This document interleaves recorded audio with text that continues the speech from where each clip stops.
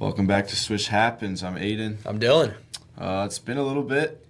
Long hiatus, Yeah. a little holiday break, a little recharge, but we're back. We are back, and that's all that matters. The NBA has not stopped. Yes, the NBA has in fact not stopped. There's been a lot going on, a lot that's happened recently in the past, but how about, I think this is probably the biggest one. Jimmy Butler goes down with a knee injury, torn ACL is the word. Brutal. And this was right. It felt like Golden State was kind of primed to maybe make a move, maybe a little Michael Porter we'll talk about in a little bit, and really try to contend maybe one last time. Yeah.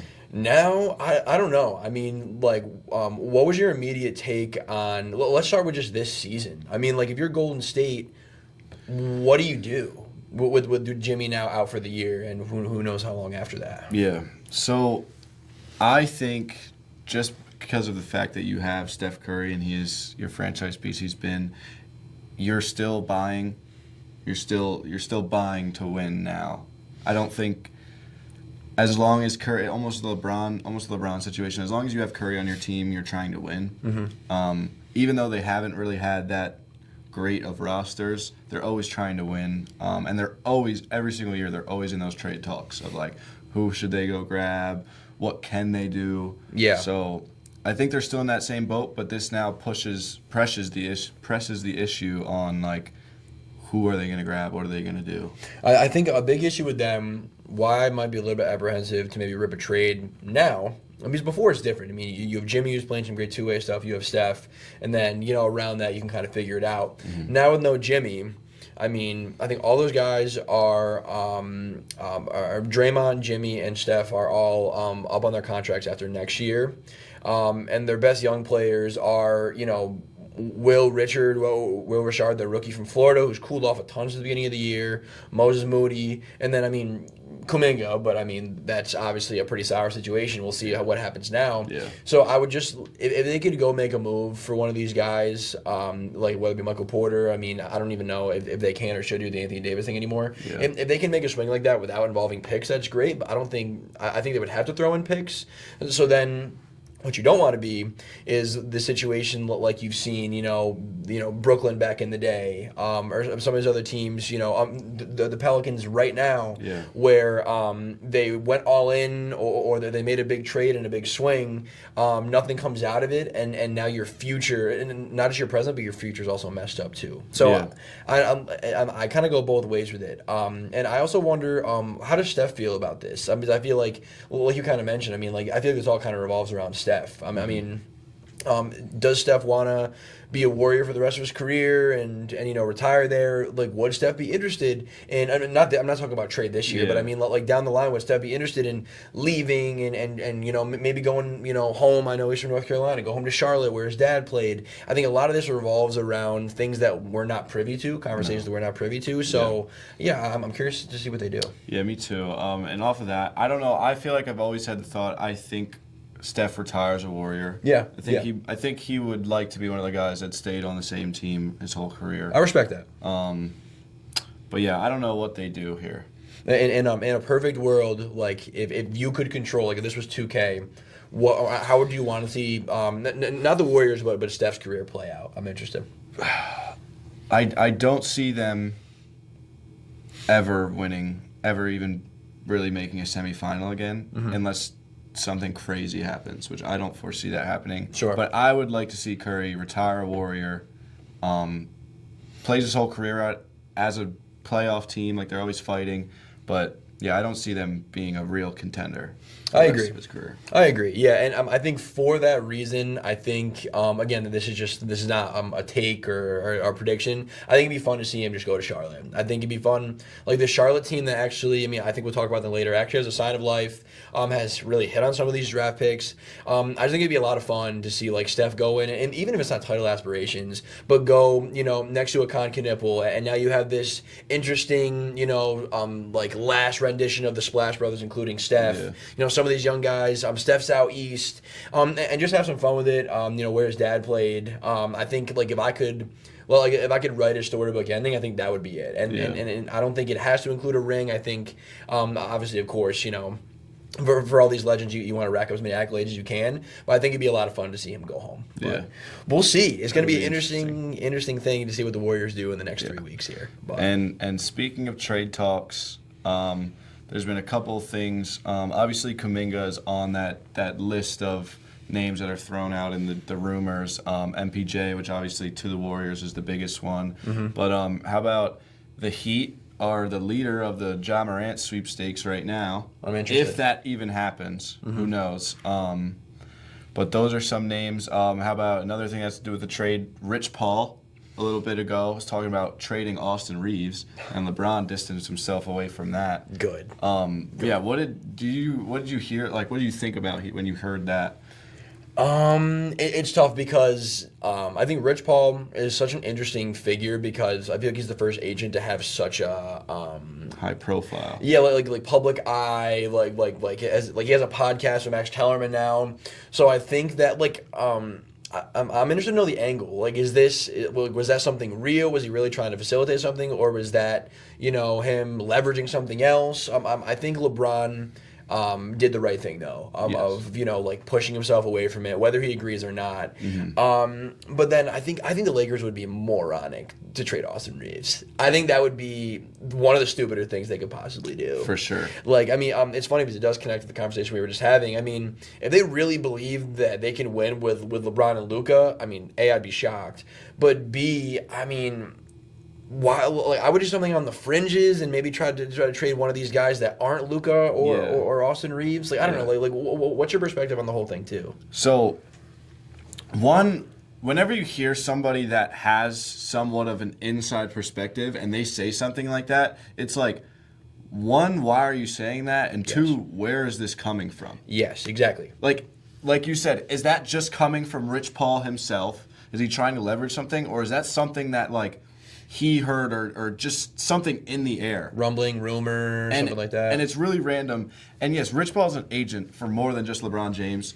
But when you hear Rich Paul, you think LeBron James. So that's another reason is, why are you talking about something that could negatively affect one of your players? Yeah. So especially your crown jewel, it's LeBron. Yeah. You don't want to slow that relationship, Yeah. but out of anybody. Yes. And now into the actual meat of the story. Why would you ever trade Austin Reeves? Absurd. This is why he's an agent and not in front offices. But I don't think that would be anywhere. I don't think that would make sense in any trade talk, any life. Why would the Lakers trade Austin Reeves? I agree, and then I mean an interesting kind of thing, like just kind of talking through it. I mean, it's one thing like this is kind of a new age in the last couple of years. Like players have podcasts, and that's great. And I think it's one thing if like players are blurring the lines between media and the players, because they don't have they're not negotiating contracts for themselves or they're not decision making. But I think Rich Paul. I mean, I don't think there's any other examples right now. But I think there's a reason I can't think of any more examples because there's no other agents, no other current front office members that are on podcasts. Yeah. Bill Simmons, who was just a member of the media saying, "Oh, he heard something," or throwing out trades, is a lot different than Rich Paul, who has millions of dollars of money and his livelihood and the decision making and contract negotiating for all these players in his hands. That's very different for him to say something like that. So I almost feel like it's like, I don't know if it shouldn't be allowed. No, yeah, I don't think it should be allowed. I think because what's the difference between that and then these tampering allegations where there are teams and players talking to each other off the books? Yeah. Where Rich Paul is almost like guiding a conversation on a podcast for public use and public listening. I think there's shady stuff that could happen there. I don't like that. I think for a player to do media, it's a whole different story. But if you are on the inside, you can't choose when you're on the inside and when you're on the outside. Absolutely. Because you are an inside member. Like, you can't say, as in, like, you're part of negotiations, trade talks, all of that. You can't be on the outside saying stuff like this. Sure. And the only other player or the only other person I could think of that was part of the inside and did media was Mark Cuban. But I think owner's kind of different, especially a minority owner like Mark Cuban, he had a lot to do with the Mavericks, but I don't think he was so much into all of that like Rich Paul is. And then over the years, he's sold out a little bit from the Mavs too. He's definitely removed himself a bit. So I agree, it's different. Yeah. But speaking of the Mavericks, another thing, Kevin Durant passed Dirk Nowitzki all-time scoring. My guy, man, my guy. I think I was doing the math, and I think he has to play maybe like a season and a half more, and he should be able to get to like 4 all time. Yeah. I don't have the list in front of me, but there's definitely a pretty big jump between it's obviously Bron and then Kareem and then Karl Malone and then I forget who is it Kobe is 4? I don't know. I can't get it. I can't. I might think off be the top of my head. MJ is 4 or 5 because MJ is above. Kobe 4, Jordan 5. Yeah. So I think KD is probably going to pass Jordan this year. He needs about 700 points. I could be actually way off on the math, but I think by the end of his career he should pass Jordan, and then Kobe is about 2,000 away. But then the gap between Kobe and Karl Malone is like 3K. Yeah. So I mean, KD would need 5,000 more points to pass Karl Malone. I think he passes Kobe. I don't think he gets higher unless he plays a lot more than we think he's going to play. He is a hoop junkie, but he's also a weirdo. So like he could be done for next year, or he could play 6 more years. Yeah. So, but yeah, I mean, I think with all the flack he's gotten for the decisions he's made with his career and the way he interacts with people, I think that just looking at the hoops. He's totally deserving to be a top 5 scorer of all time. For sure. I think he's the greatest scorer of all time. Agreed. I totally agree with that. Like, other people will say, like, all the Bron guys will say Bron, and people talk about Harden, and I'm like, I don't know. This guy's like a 7-footer, hitting step backs and crossovers, and he's dunking on your favorite player. Yeah. He's the greatest scorer of all time. Yeah, for sure. And then further on to the trade talk. Let's talk about the trade. Trae Young to the Wizards for C.J. McCollum and Corey Kispert. It's so interesting because if you told me that was going to be the trade like a month ago, I would have been like, that's absolutely absurd. That doesn't make any sense. But now, after it's happened, I don't know. I guess I get it. It's like Hawks getting off Trae, Wizards getting off McCollum and bringing in some talent. I don't know. What was your take when it happened, and what's your take now? So, I guess the trade was the Wizards just dumping off.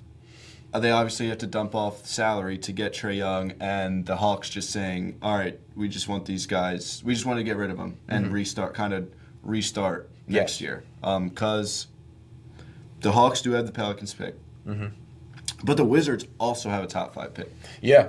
And if it ended today, I think it would be 3rd, maybe. I don't know exactly, but I know it's top 5. I think the Wizards easily win that trade. I don't think there's really much to argue about that. I don't know. But honestly, I'm not one that will ever really get behind the Wizards, but I'm not going to say promising, but interesting future for the Wizards. I love their young talent, but I think that's why I'm almost a little bit confused because a guy like Trae Young, I mean, if he's ever going to play, he hasn't stepped on the court yet. Who knows if he's going to? He's obviously demands the ball a ton. And I mean, like, you have your guys like, Kaishan George, you have Trey Johnson, you have, Koulibaly, and you have a bunch of young guys that I'd like to see the ball in their hands more. Yeah. But so then you go out and trade for a guy that needs the ball in his hands more than almost anyone in the entire league. It's you know what's funny? I don't know who won or lost, but I understand it more for the Hawks. I think. I don't know. I think I agree with that. I think that makes sense. Because in the Hawks' mind, they're just getting rid of an era, kind of. Yeah. And they're kind of restarting, and they have Jalen Johnson, who I think will be an all-star. Handing over the keys is what it felt like to me. Yes. Which is interesting. I mean, because we talk trades on this pod, in the fall, and I mean, we were thinking, Trae and a Pelicans pick and big splash and Giannis and who knows? I mean, like there has been a little bit of murmur about some Anthony Davis stuff, and maybe they're not done. But I don't know. I mean, it feels like to me, if I were to make a prediction, they are done, and I think you're right that they they have that blue chip Pelicans pick that, I mean, who knows where the ping pong balls fall, but I mean, in theory, it could be a number one. Yeah. And then we talked ad nauseum about all these guys in next year's draft. So I totally get it. And then even if you want to retain a guy like Kisper as a shooter, and I mean I'm sure they'll let CJ go. But the only thing now that's actually been interesting is that since the trade, CJ McCollum has had like the highest usage rate on the team by far, and Jalen Johnson, aside from last night, he had a great game last night, has seen a pretty stark drop in usage. Yeah. Which CJ McCollum is not part of their future. They're not trying to win anymore this year. I did just think it was interesting that I think I agree Jalen Johnson will probably be on the reserves for All-Star. But I'm curious this year, how they're going to coach that team, because I don't think CJ McCollum is going to end the year with a 35% usage rate like he has now. Yeah. So just, I mean, again, it's something that's going to be inconsequential in the future of the Hawks, but I think right now I thought it was interesting that you're trading for, an old head in CJ McCollum, and he's taking away from the guy you just handed the keys to. So yeah, interesting there. It is. That is interesting. And yes, the Wizards are also interesting with all those young guys. But I think that's just one of the flaws of losing for this many years and having that many lottery top 10, top 5 picks is you have so many young guys you don't even know what to do with them. Yeah. You just bring, we saw this with Houston a couple years ago. I mean, even the Thunder for a second there, it was just let's bring in all the talent we possibly can. I mean, I think Utah is in kind of an interesting position like that too. The Wizards, where you have all this talent, but you got to start molding something with it. So who knows? I mean, okay, how about this? Do you think the Wizards go ahead and re-sign Trey when he's up for a deal again? I think this is, if I am the GM of the Wizards, or if I'm making these trades or decisions, I think I keep Trae Young. Mm-hmm. I think I get a package of two of these young guys, dish them out for a good, efficient 3-and-D guy. And I think with that pick, if I get the luck of the lottery, I go take a Cam Boozer. Mm-hmm. Get a solid big man to pair with AJ Sarr. Mm-hmm. Or Alex Sarr. I said AJ. And then I think that's your kind of vision there. I like it. Because the reason I asked is Trae Young as a player option going into this coming year. I mean, it's like $50 million, and I think this would be something that's kind of indicative for Trae. Does he want to win, or does he want to get paid? Because, I mean, if I was a betting man, I'd say he's probably not making $48 million a year on his next contract. So I think it'll be interesting this summer to see if he decides that he wants to stay in Washington. I mean, probably expect to lose, but make a ton of money. Yeah. I mean, I think. I think it makes that decision interesting because there's a bunch of options. He could opt in, he could opt out and try to re-sign. He could opt out, and the Wizards could be like, "Hey, we're good," So I think it's interesting because I could definitely see what you're saying kind of come to fruition and them start to kind of mold this team into something. Yeah. So I mean, they've got to try something. They've been just a losing. They've just been accepting losing for too long and saying, "Hey, we're gonna have a top pick. We're gonna have a top pick. We're gonna have this guy. We're gonna have that guy." It's time to actually build something off of that. They have because I mean, if you look at the roster, they have lottery picks up and down on the board. They even have random guys like there's this dude Will Riley that's 19 years old that's been kind of popping off for them. Like they have guys that are starting to kind of be something. Yeah. But individually, it's not like they're making each other better. Like they're still like. Other than the Pelicans, probably the worst team in the NBA. So yeah, I think to your point, it's like let's start to do something. Let's start to win really. Yeah, and that's why I said trade 2 or 3 of those young guys. Yeah, it's going to suck to let guys with that much potential go, but you have to let go of them for the other guys to actually reach their potential. Not everyone can play. You know, I mean, they have so many guys in their roster. Not everyone can play. Mm-hmm. So yeah, I think the Wizards. I don't know. I mean, out of all these kind of worst team in the league, are one that I think in terms of we're talking ceiling and floor have like one of the higher ceilings of one of these bad teams because of how much talent they have. Yeah. But they also they're at their floor right now, so I think they also have one of the lowest floors. So it'll be interesting to watch. For sure. Now that's all I have for like recent news. Real quick on trade stuff. Something that wasn't even on my list, but I saw a bunch today. Okay. So this was half in a chat with some buddies I had, and then as I started to look into it, this is something that's kind of starting to come up. The Knicks having a Karl Anthony Towns problem. I actually have seen a little bit of that. I haven't looked into it. You know what's funny? Because I was talking, like I said, I'm from New York. I got a bunch of Knicks fans in my life. We're talking hoop. So I started to look into it more. Zach Lowe's latest podcast is called "The Knicks Have a Cap Problem," and I'm like, "What's going on here?" We are 33 days removed from them winning the cup. From them talking about, we're maybe hanging a banner because of the cup, we're the best team in the East, this and that. I mean, I don't know. I mean, am I crazy to think that they're overreacting? Like, what's your take on the Knicks thing? I think for sure this is an overreaction. I think this would be the biggest blow up. I think this might be one of the biggest Knicks blow ups if they screw this up. Yeah, agreed. I don't think you mess around with the top end of your roster. Not this year. No. And if you are having problems, if you're itching to make a move, you're not getting rid of those top guys. Maybe trade Yabusele, however you say his name, or those role players, and try to get some other guys that you think might fit better. But I don't think you touch the top of your roster. I mean, like lately, granted, they've been awful lately. Do you want to hear this? In their last 15 games, they are 5-10. Yeah, it's terrible. They're third overall right now. They're third in the East, but they're 5-10 in their last 15. Dropped from second to third. They're 27th in defensive rating in the last 15 games. It's so bad. And they're bottom 4 in efficiency, field goal percentage, and true shooting percentage. That's terrible. Listen, I'm not gonna say it's not bad. I mean, the only thing I'll say is that they've shot the ball horrifically. It's the worst shooting stretch they've had all year.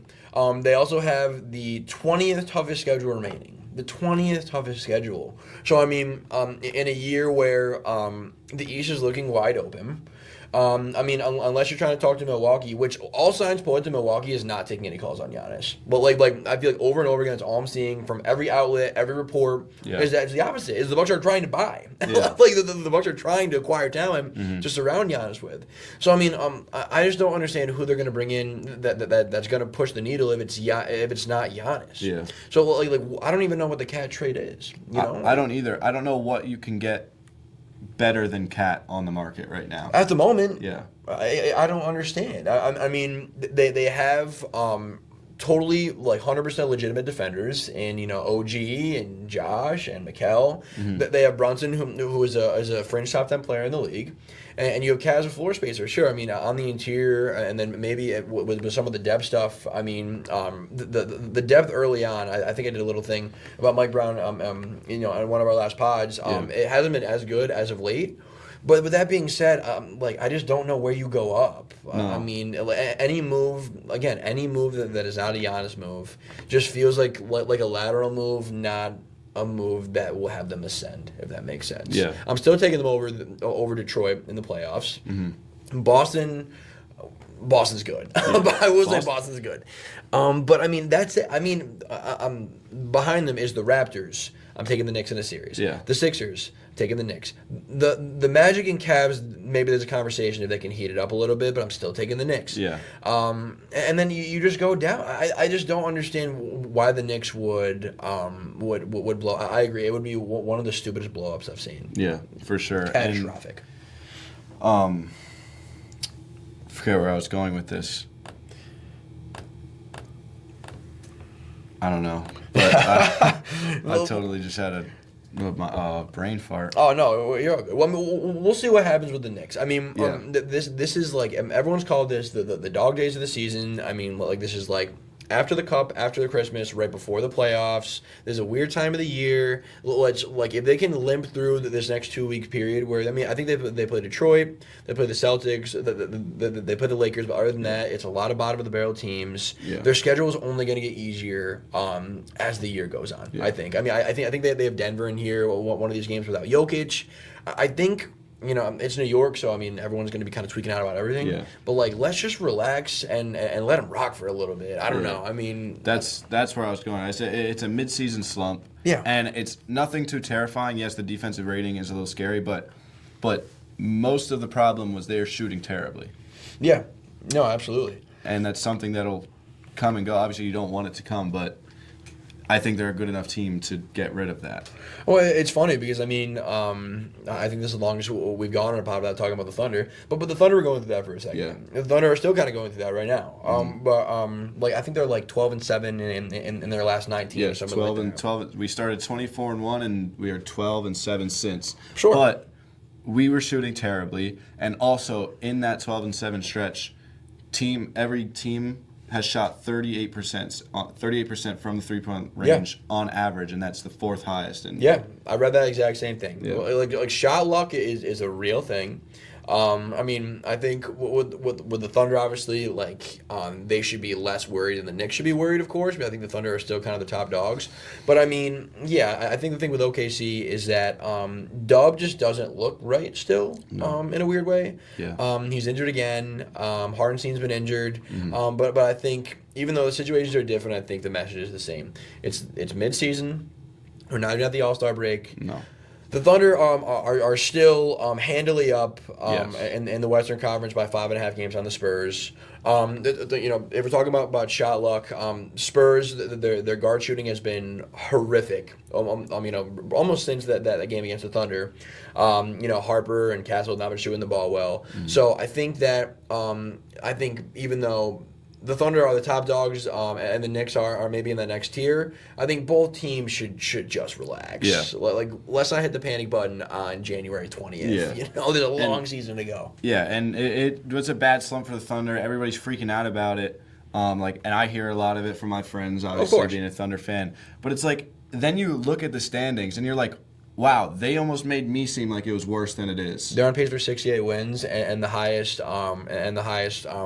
net rating in the history of the league. Yeah, it's like, what are we freaking out about? Yeah, we don't want to lose those games, but it's like, this is not the end of the world. Like you said, it's the mid-season. We're fine. We still look good. We just need to hit more shots. Chet, I mean, like, people are not talking about Chet Holmgren has looked so much better this year. Chet got hurt for a big chunk of the year last year. Like, this is where he was going. Like, a lot more creation, a lot more putting the ball on the ground, just a more filled out offensive game. And I just think that that's being overlooked because, we've been losing games here and there. Yeah. And even in that game that we beat the Spurs last week, everyone's like, oh, Chet was -9. Chet played so well in that game offensively. And I think, that's going to be something when it comes to the playoffs, where our guy AJ Mitchell has cooled off a bit, and I think he'll still be a big role for us in the playoffs. But when we're looking for offensive creation, when Shea is just being absolutely mauled by the other team's best perimeter defender, I think that we're seeing Chet almost ready to kind of take that mantle as not the number 2, but that's still Dub. Yeah. But because Dub's not been himself, even since he's been back, I think Chet is ready to do more of that, and is not just going to be a spot-up shooter and a rim protector. So I think that there's some Thunder stuff that people are just overreacting about a little bit. Yeah, for sure. But, hey, that's what happens when you're at the top. That's right. Target on our backs. Yep. I've got some other trends. Last 15 game stats. These are all last 15 game stats. So I've got some people that are on. We started with the slump, so I'll get my last slump in there. Okay. The Lakers. Obviously, it's been buzz has been going on about the Lakers, but they are 6-9 in their last 15, which isn't horrendous, but not good for being 6th in the West. So 6-9 in the last 15, 20th in offensive rating, 25th in defensive rating, 25th in turnover percentage. And they sit 6th overall in the West. Damn. Yeah, I mean, the defense of the Lakers is just going to be what it is. We've talked about this before. If your 3 best players are going to be, average to net negative defenders in Bron, Reeves, and Luka, you're just going to have to take this on the chin. I think that on the offensive side of the ball, when it comes to the playoffs, they're still going to be a tough out. If you have, we've seen a guy like Luka drag, in my opinion, a comparable or maybe even worse supporting cast all the way to an NBA final. Yeah. So I think that the West is very different now than it was back then. It's a lot tougher, but Luka's a top 5 player. Braun, even though he can't really defend and he can only do this in spurts now. Yeah.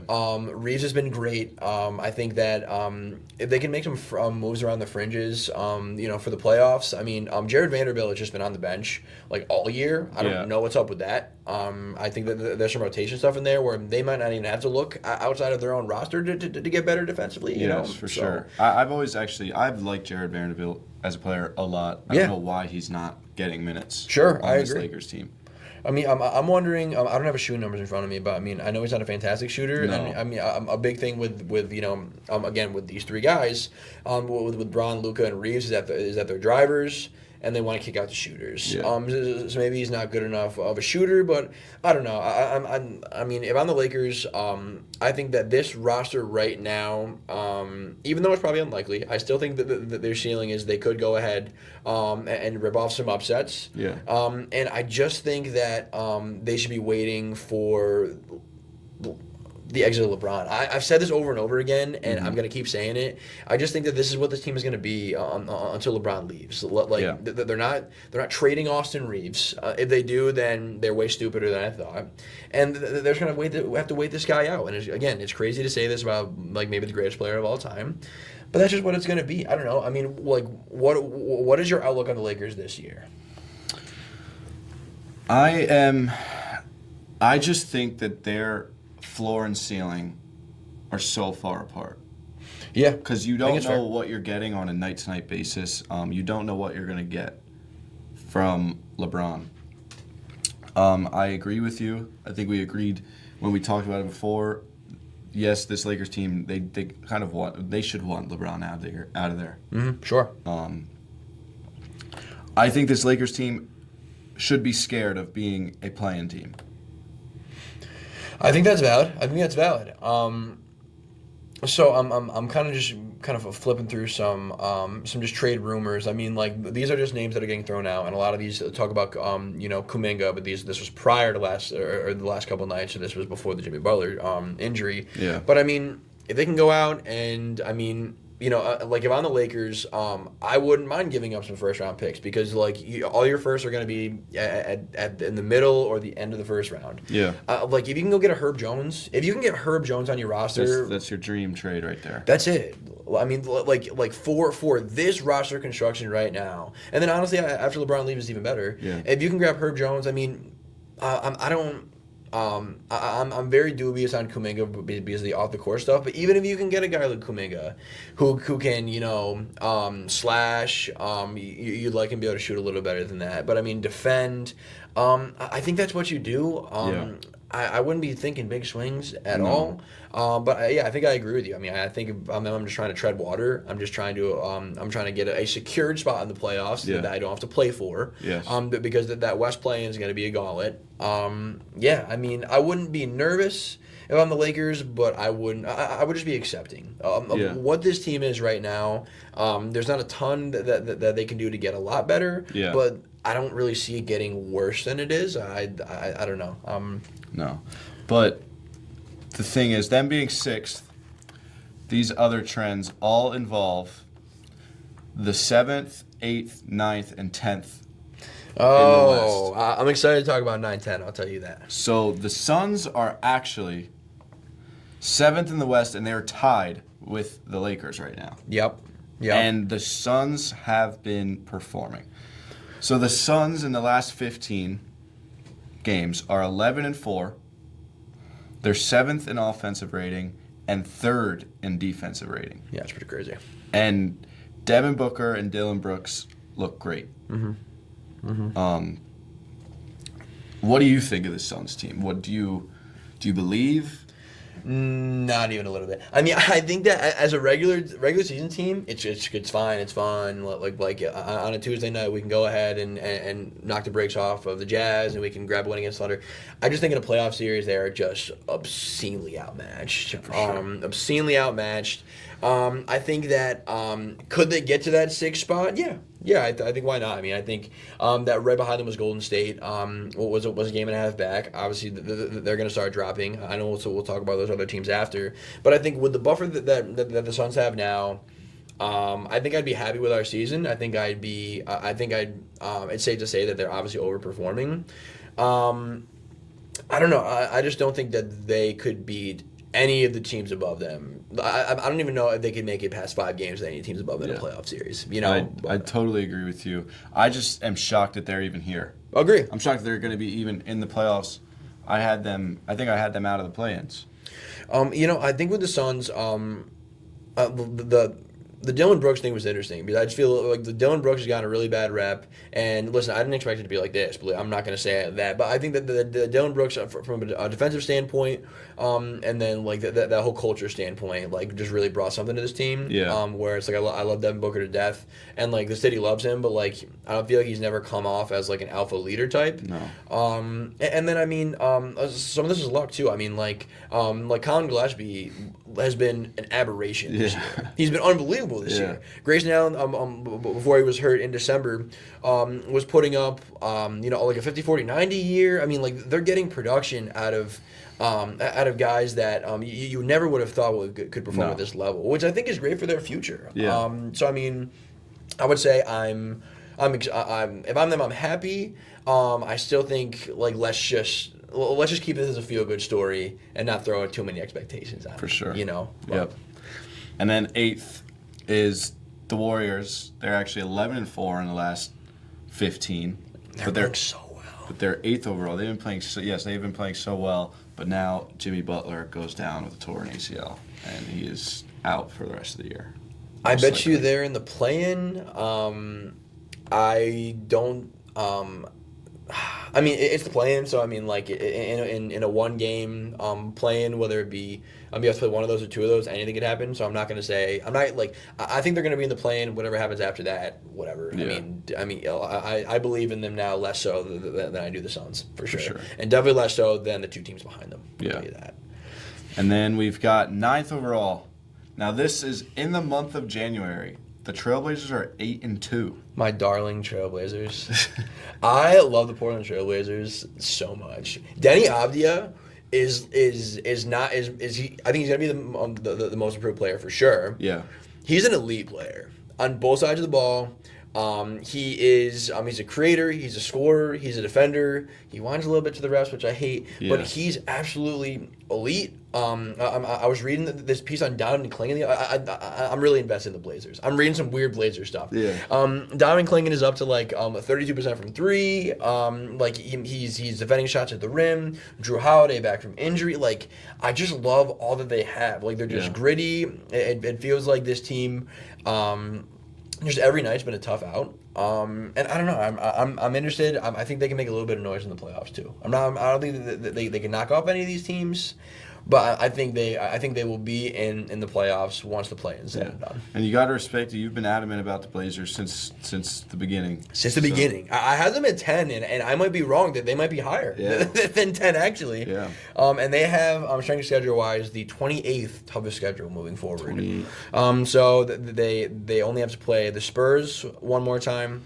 The Nuggets 3 more times, the T-Wolves 3 more times, the Rockets once more, and the Celtics once more. Everyone, aside from that, everyone's teams that are almost under 500. Yeah, so. and really for the play-in, say they jump up on the Warriors and say they play the Suns in that first play-in game, and you still have the one loss insurance because you're the 8th seed. Sure. I think they beat that Suns team, and then they don't have to play the Thunder and get swept. No, I think they could steal a game if they in the first round maybe. Sure. But I just think being there means a lot for this Blazers team.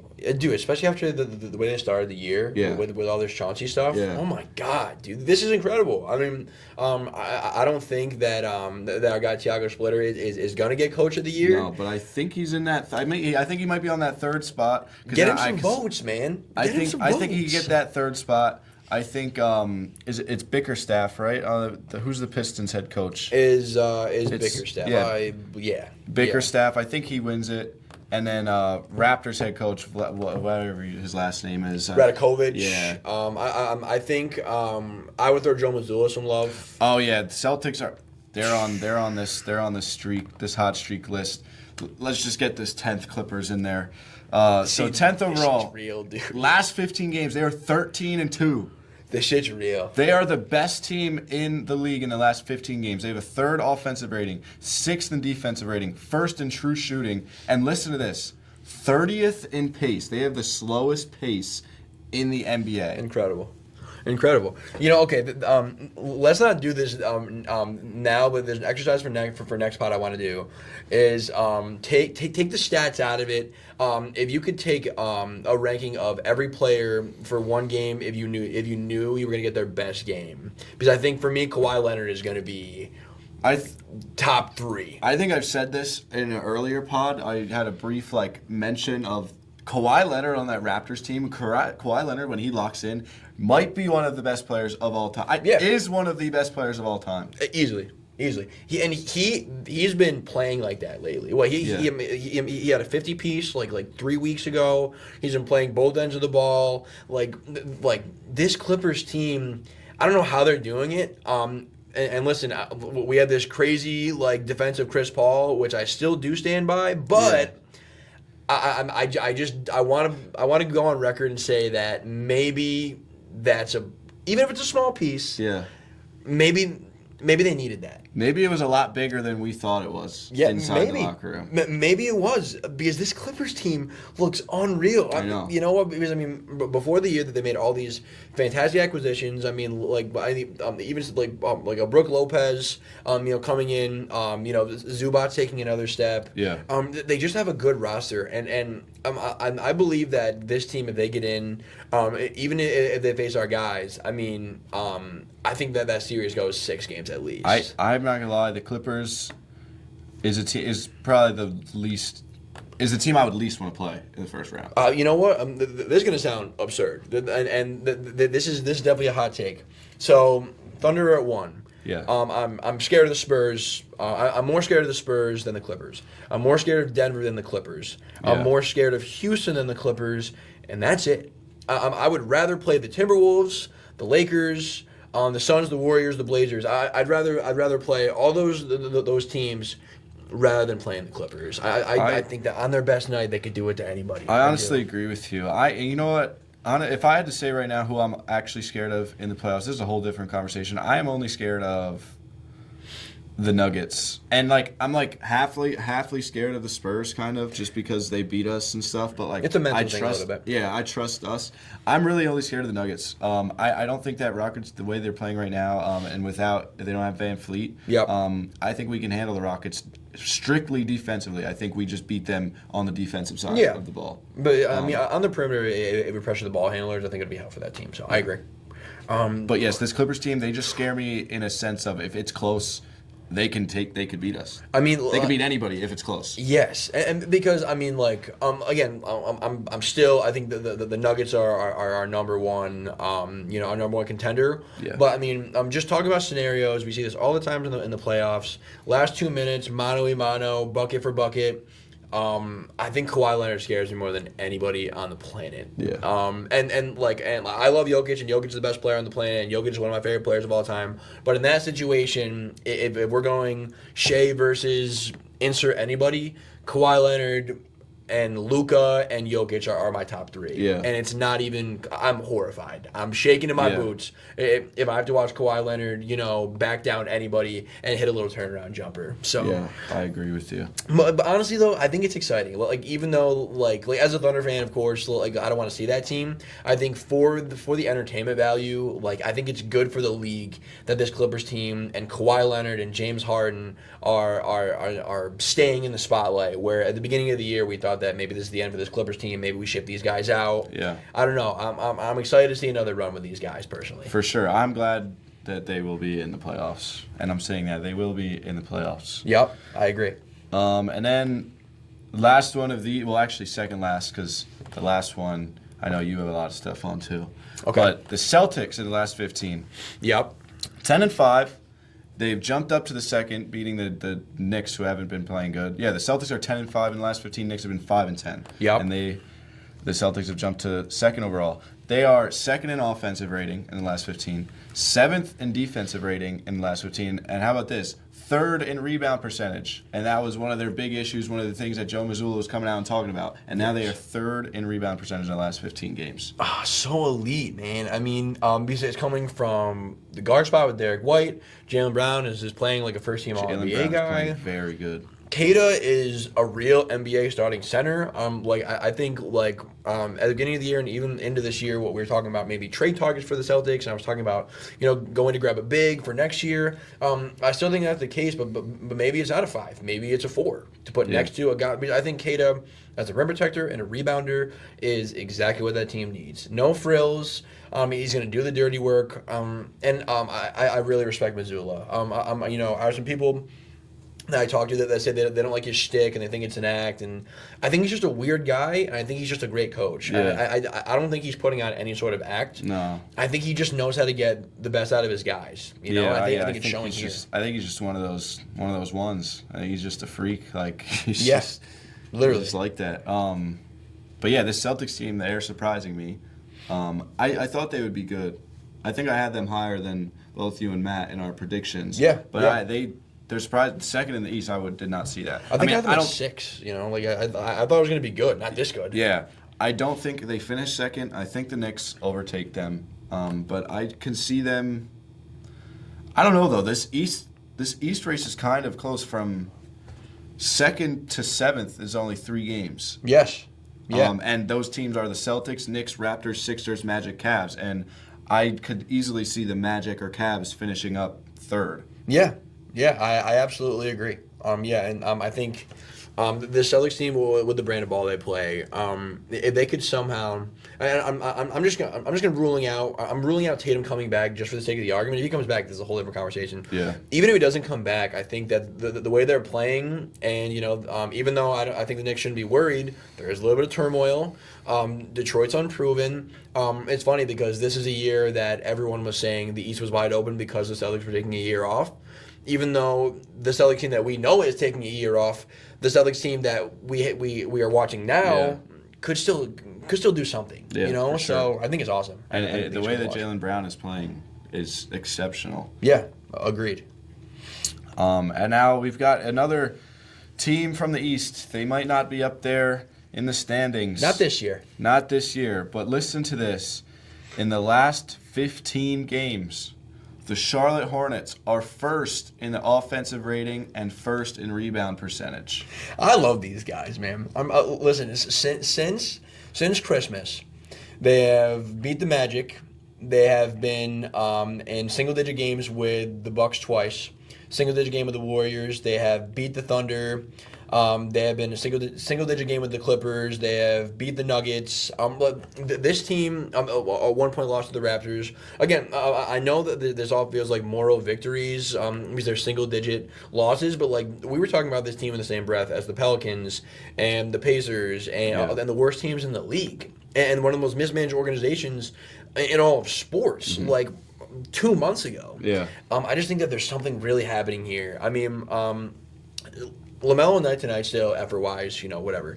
But Concanibble is an absolute bucket and a solid-ass player. Yes. Brandon Miller has been an absolute hoop lately.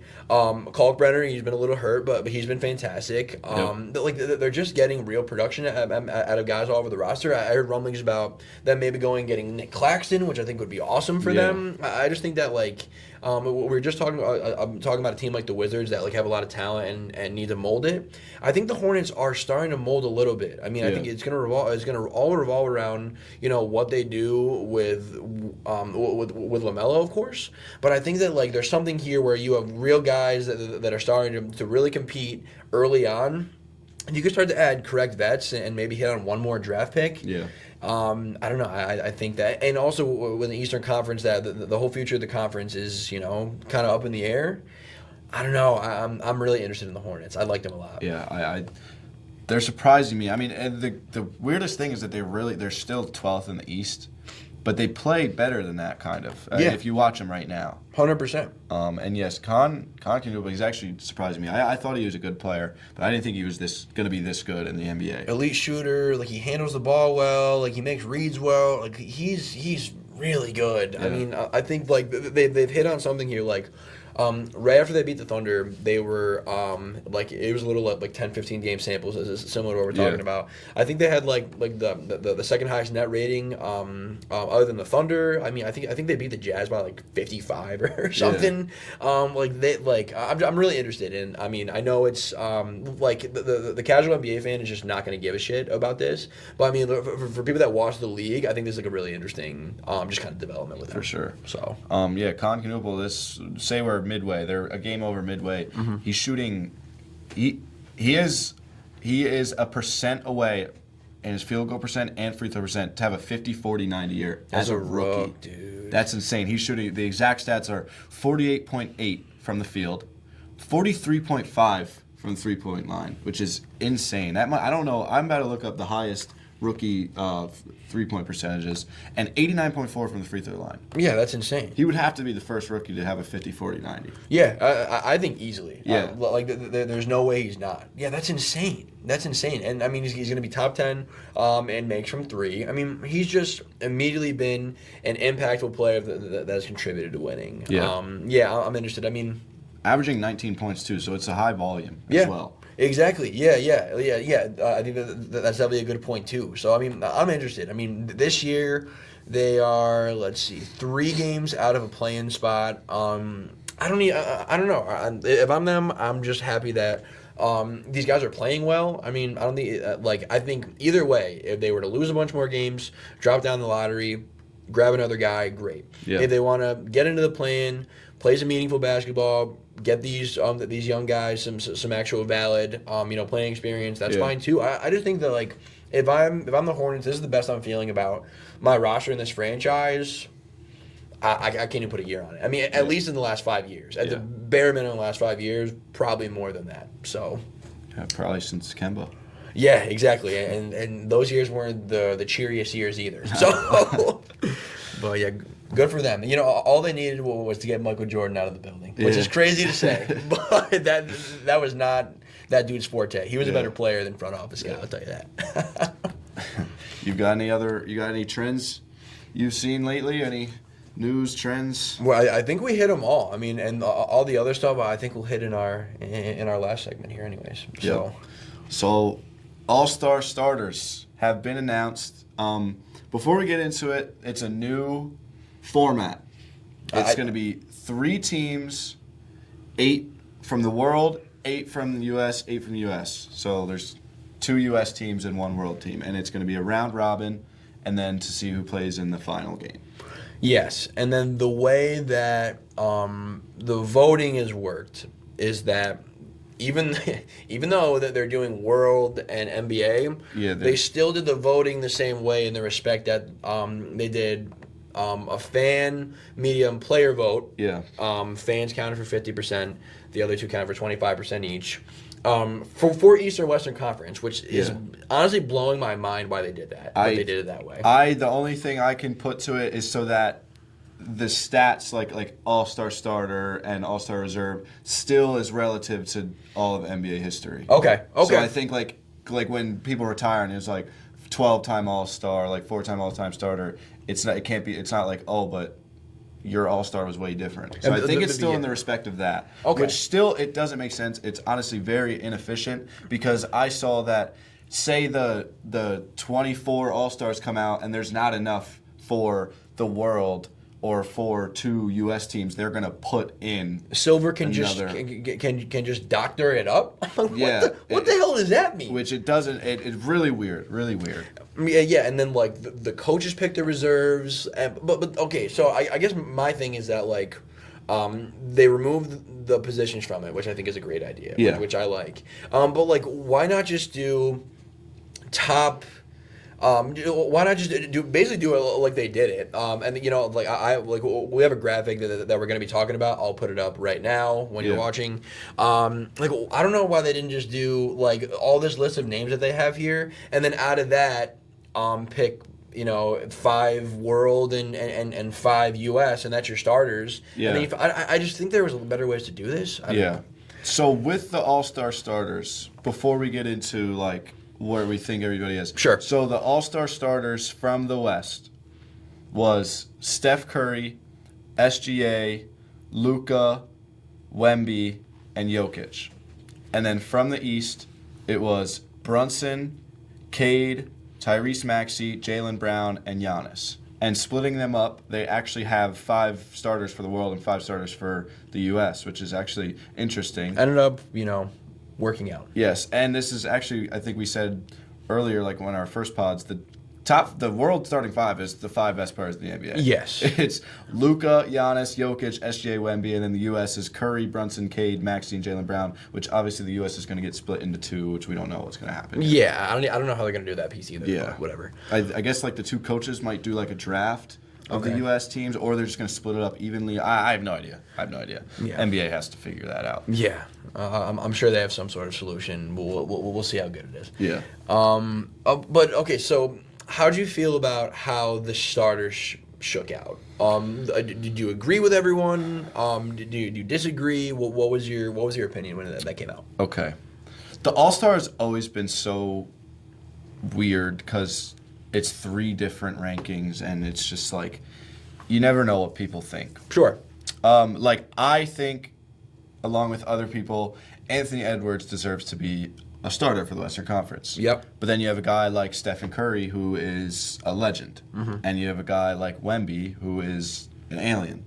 Sure. And I think Anthony Edwards, I think the way he's playing, he deserves to be in over both of them, honestly, but for definitely Curry.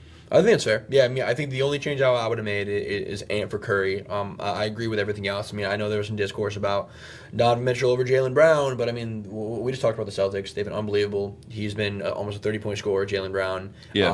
I think that I'm with you. Ant would be my only change. Yeah, the East, it's tough. Like D-Mitch is very good, but those 5 have been playing insane. They've been leading their teams. Sure. To the besides Milwaukee, that's the top 4 in the East, is it? Where's this? Oh, I lost the standings.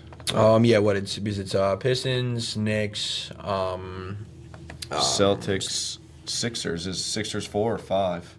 I think 5. Hold on, I got it right here. Raptors are 4. Oh yeah, Raptors stuck in there. But yeah, like an interesting list. I mean, so like I'd love to kind of dig in a little bit to like how each voted. Yeah. To be honest, I don't really care about the fan vote because I think fans are stupid a little bit. But I did want to bring up a couple things because while I really respect the player vote, I did find this article that there are 122 players that received exactly 1 vote, and here are some of those players. Yeah. It's Jason Tatum, Dario Saric, Jeff Green, Jonathan Kuminga, Marvin Bagley. Let's see, just a couple more in here. Isaac Okoro had 6 votes. Grayson Allen had 11. Jay Huff had 11. Christian Brown had 16. So it's like, while I think I actually do really respect the player vote, I still do.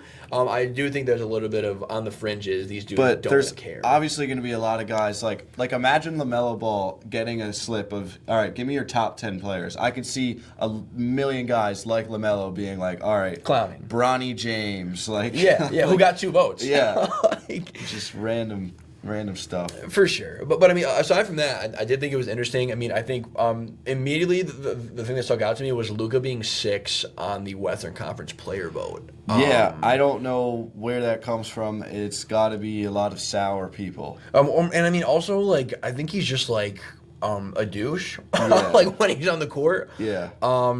And he doesn't defend. So no. I was just trying to do some kind of armchair psychiatry to see, because I mean, like, on the planet, Luka's a top 3 player, but in his own conference, he couldn't even be top 5. I just thought that was, interesting. But then Kevin Durant's above him. Curry is at 2. So I mean, how much of that do you think is kind of a nod to their status as legends?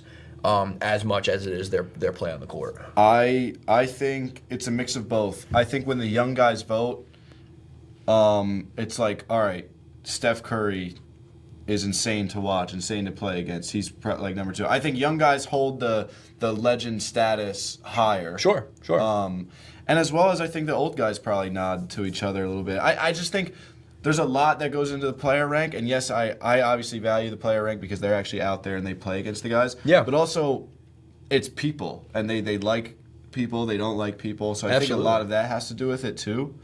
I do think it's good that they pull from each three, though. I agree. As weird as it is, but it's like three different mindsets of the voting. And like you can't really say, oh, they only use player, they only use fan, they only use media. Because neither three of them are 100% legit. Absolutely. So if you do it all together, I think it does well. And I mean, like you said, we both only have one disagreement with it. So it obviously panned out.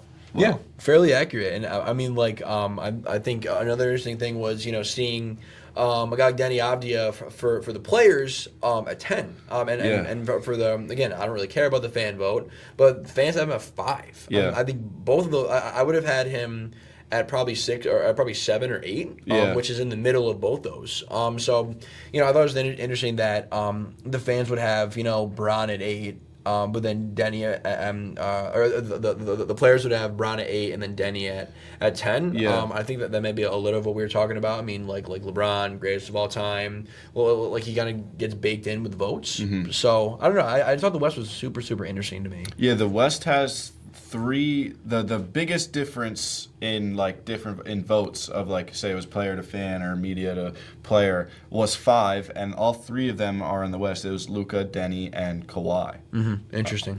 Other than that, those are the 3 biggest differences. And then I mean, for the Eastern Conference, Jaylen Brown has 1 in the media vote. That's surprising. And Giannis at 5. Yeah, that's very surprising. I just feel like I don't know. I would have expected Giannis as a 1 or a 2 for all 3. Yeah, for sure. I don't really know what happened there, because I don't even see how that makes sense how he's 5th. No, I agree. And also looking at this, I think it's interesting, like the stark drop in the end for the West and the East. Like for the East, like no disrespect to any of these players, but you have Jalen Johnson, Michael Porter, and Brandon Ingram, and then for the West you have KD, LeBron, and Kawhi. Yeah. Like, The West is just stacked. Like it's always been like that. Yeah. Always. Exactly. Yeah. And then just some more stuff on the East. I mean, Cade at 1 for the player rank, which I like, I respect. I think it's telling of the respect that he has gained from his peers over the last year and a half, 2 years. For sure. I think he's deserving of that. I think it's just tough with the honest because they've lost so many games. But I think that Cade, for what he's been doing and all the games they've been winning, I think he's totally deserving of that 1 spot. Yeah, Maxey 5th in the player ranking and 2nd in the fan vote. Love for like the Sixers and Maxey. It's weird because like we're here in Philly, so like I'm like we're surrounded by Sixers talk like all the time. Yeah. So like it's interesting to see what like the outside views of like the Sixers. You know what I'm saying? Well, it seems good. Yeah. There's only one player that players, fans, and media all had the same exact rank for, and it was Donovan Mitchell at 6. Which I think is valid. Yeah. I think that just makes sense because he is below Jaylen Brown for me, and he is above Cat, and then those other, and Jalen and Michael Porter and Brandon Ingram. I think that honestly tracks it like for exactly how I would have voted too. Yeah, and one other thing I thought was very interesting to this list. There's only 2 guys that are outside of the top 10 at all, and it's Brandon Ingram and Kawhi Leonard, who are both at the bottom of the lists, and those are the only ones that like vary outside of the top 10, which I thought was actually like very interesting for 3 different voting pools. Yeah, to be like that. Yeah, it makes me think that like the league is in a good spot where like there is, in terms of this kind of stuff, where like there is kind of a definitive balance of power of how the players have been playing and how they've been marketed too. I think like from a business perspective, if I'm the NBA, I think I'm happy with this. Yeah. That there's some consistency. Like we're still giving some love, to the older heads. But we have our players, fans, and media all thinking alike, which I think that. Even if they try to control it, they wouldn't be able to. So the fact that feels like it's happening naturally, that's great. So I think it'd be interesting. I mean, I still need to kind of see how the format plays out. Just because I'm still, just to be honest, not totally clear. Yeah. But yeah, it should be fun. So I'll put you on the spot. So I mean, because what for each of these there are 1, 2, 3, 4, 5, 6, 7, 8, 9, 10. Okay, so that's 20 spots. That means there's 4 guys that let's just say for the sake of argument, all 20 of these guys are going to be They're all-stars. locked in. Okay. Well, like, just for the sake of argument. Okay. Who are 4 guys, or even a couple guys off the top of your head that right. aren't on this list that you think should and could be up there? All right. So actually, I put in those when I filled out my reserves. I actually kept all 10 of those reserve guys besides Brandon Ingram. Okay, I like that. And I actually swapped him for his teammate Scotty Barnes. Okay, respect. That's the only thing I did. But I could easily see Scotty Barnes or BI being that. So let's just say that Scotty Barnes or BI. Mm-hmm. The other 4 people I had were Jalen Duren. Yep, okay. And then the other ones I had to put, and then Alperen Sengun. Okay. Okay, so those 2 I have locked in. Now these other, I have 4 names and they're in parentheses on my thing because now it depends on world and so. Yes. And it depends on world and USA and also Eastern Western. So I have 2 for world that are west, and one's west, one's east, and 2 for US, one's west, one's east. So It just depends on who gets in. So I like that. I think if I were to choose, it would be Jamal Murray Yep. to be the last Western player, and he would be on the world team. I like it. Okay. And then if that happened, I think it would be Bam Adebayo on the East. Okay. I was thinking Norman Powell, but I would think they take Bam because that USA needs bigs. They would only have, with Bam, it would be Cat, Bam, and Jalen Duren as the only true bigs. Okay. Yeah. On that team. That makes sense. So that's what I had. But if not Jamal Murray, I think it would be Pascal. I think he's the only other world guy that would be better than or equal to Jamal Murray maybe, but I think Jamal Murray deserves it. Yep. I think this should be his all-star year. I like that. Like, it's fine. Like you said every single one of the guys that came to my head. I mean, like first off my list was probably Siakam, and then Murray, and then Duren, and then after that I think there's kind of like an interesting mix of guys. I mean, I think if we're taking positions out of it, I think Norm deserves it more than Bam. I think so too. I think he's had a great year so far. Just like shot the lights out, great score for them. Yeah, for sure. I was going to put Norm in there, and then I thought about it. I said, I don't know. I feel like since the coaches are drafting as well, positionally, I mean, I think Derek White could get a nod. Again, if we're not talking positions and conferences, I think that there's a good group of guys, and Şengün too. It's just Şengün. For me, Şengün and Siakam would have been my first 2 that are not on here. Yeah. I just think like Siakam has like 4 game winners this year. Yeah. But he have great numbers. I know like they've been abysmal, but I mean like let's throw him a little bit of love here. Sticking it out. So yeah, I think like I just feel like guys like that, like 15, 20 years ago, would be like every single one of those guys would be all-star starters. Yes, for sure. Every single one. And now they're outside of the top 20 guys voted in. I know. Oh, I love it. It's just such an awesome time to be an NBA fan right now. For sure. And if it was Pascal for the world, I think Chet would be that. Okay. The last Western guy on the I like that. team. Listen, I would love another Thunder guy. It just sucks because I really do believe that like if the Thunder if the Thunder were like 5 or 6 wins better and they were on pace to break the record, I think like easily the Thunder would get 2. That's just how this shit works. So like that Hawks team had like 5 all-stars in like 10 years ago just because they were like the highest, like the best record in the league. You know? But and the reason that the all-star voting is the way it is because the whole Wizards starting 5. I mean the whole Warriors starting 5 was going to be the all-star. Yeah. That year they were Zaza. Yeah, it's dark. But yeah, I mean, I'm interested. Really, at the end of the day, I just hope that the players try. I really like. You can make them all play. Walking on their hands. I want the guys to try. This was one thing I was actually wanted to bring into this conversation. What do you do? What would you do if you were Adam Silver to make the All-Star game worth the players actually playing out there? They've tried many things. They've done a different format like every single year, but obviously the score, the score limit, like first to whatever it was. Yeah. They've done the tournament. They're doing this now, World versus USA. So I think, I mean, this would be drastic. They'll probably never do this, but I think that to solve a lot of different issues, what I would do is I would have the Cup final and the All-Star game and the All-Star weekend be kind of in the same period, and then give these guys like a month off. And in terms of like the winnings, I think the winning team should get home court in the finals. I think like they should go back to conferences, because I think that like that makes guys care. I mean, like you get game 1 and game 7 at your home court. Best believe that Luka and Shea and Wemby and all these guys are just gonna give a shit.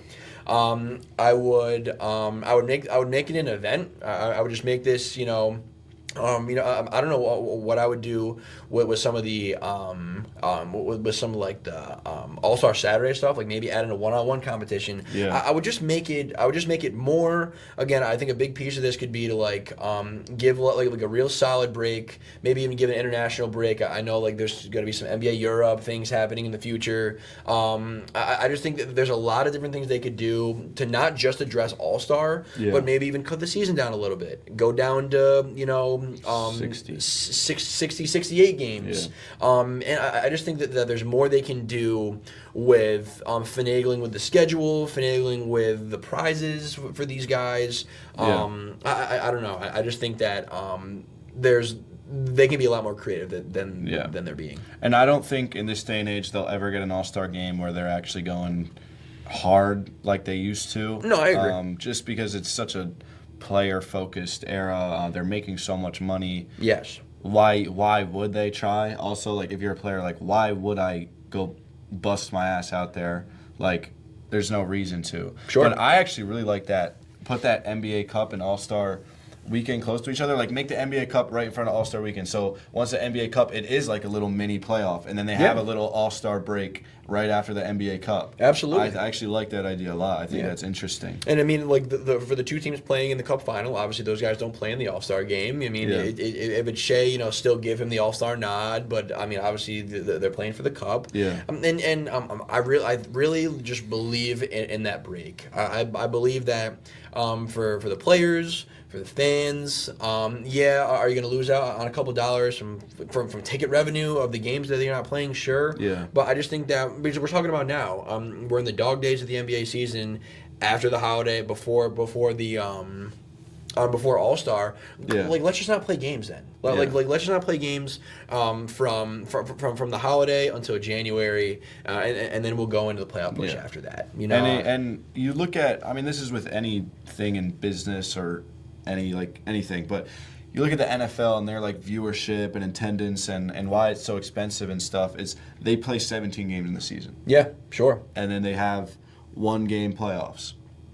They're obviously going to have a lot more viewership, make a lot more money during those games because it's so limited. So people want to be there for that game they can go see. The NBA playing 82 games, it's like, what am I missing? It's a slog, man. It is a slog. I mean, like we're talking about the Knicks panicking right now, but in 2 months when they're second in the East, no one's even going to remember this. If you ask me what team was slumping a year ago before the All-Star break, I don't know. I don't remember. I don't really care. If people aren't going to care about these games in the long run anyways, why not just give these guys, some of this break? I mean, like, maybe lower some of this games played minimum for the awards, which I'd love to get into next week, because I think we're gonna have a lot of stars this year that are gonna miss out on that cut. I just think like there's if the NBA starts thinking about the All-Star game, not just how do we fix the All-Star game, but how do we use the All-Star game as a tool to fix some other problems too. I think they could creatively shoot a couple birds with one stone doing that. And this isn't like Adam Silver's fault, or anybody running the league. This is just how it is now, and there's just so much there's so much like dynamic about this situation. No, I agree. Yeah, but it should be fun. I mean, we're back into the swing of it here. Let's do it. You'll be getting the pod every single week from now on. We're all rested. I mean, we'll see if we'll have our third chair back. Yeah. But at the moment, at least have us holding it the heck down. Yeah. Sorry about that huge break, but hey, we needed it, I guess. Load management. That's all. Yeah. All right. Should we do a random hooper and get out of here? Random hooper. All right. I gotta think of this. I got one. Okay, I actually got one too. I just saw the last name and changed the first name. Yep. Okay, so he was better in college than he was in the league. Journeyman. He made his stint on the Thunder. DeAndre Liggins, Kentucky Wildcat legend. So that was my random hooper. All right. I've actually got a crazy pull that I just thought of. It was different than the one I was just thinking of. Okay. Quincy Pondexter. Quincy Pondexter. I like that. What a Good name. name, too. What a name. He was a wizard, I think, right? Yeah, I think he was a couple things. He might be. Yeah, he might have been a lot of things, too, actually. Okay. I like that. I think that's a good tone setter for our random players moving forward. There we go. All right. Thank you for watching. All right, y'all. Swish happens.